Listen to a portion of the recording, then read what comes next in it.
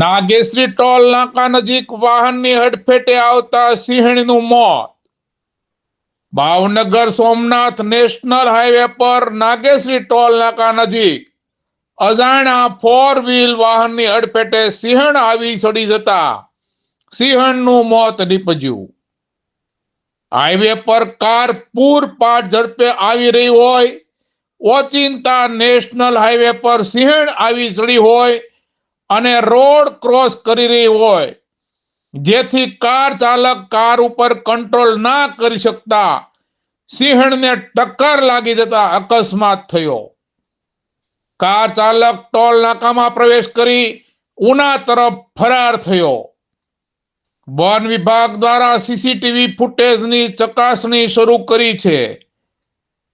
અહીંયા આ વિસ્તારમાં એક માસમાં 2 સિંહ અને 1 દીપડા સહિત 3 વન્ય પ્રાણીઓના મોત થવા પામ્યા છે। જાફરાબાદ રેન્જ વન વિભાગ ઘટના સ્થળે પહોંચી તપાસ હાથ ધરી। સિંહોની સુરક્ષાને લઈને અનેક ગંભીર સવાલો ઉઠવા પામ્યા છે।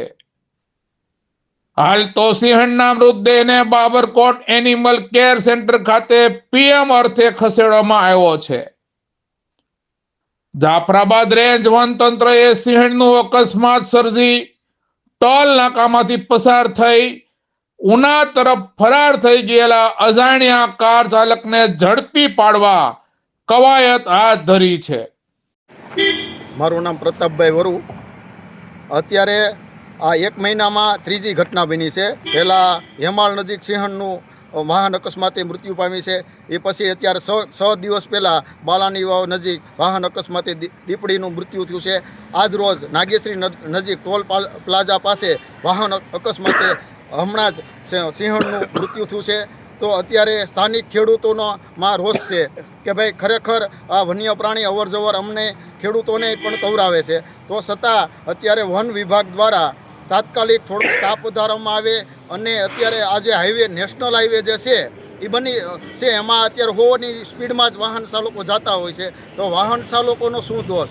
એ વન્ય પ્રાણીની અવરજવર કરતા હોય છે, તો અજાણ્યા વાહન ચાલકોને તો ખબર હોતી નથી કે વન્ય પ્રાણી આનો વિસ્તાર છે, તો વાહન ચાલકોને ભોગ બનવો પડે છે।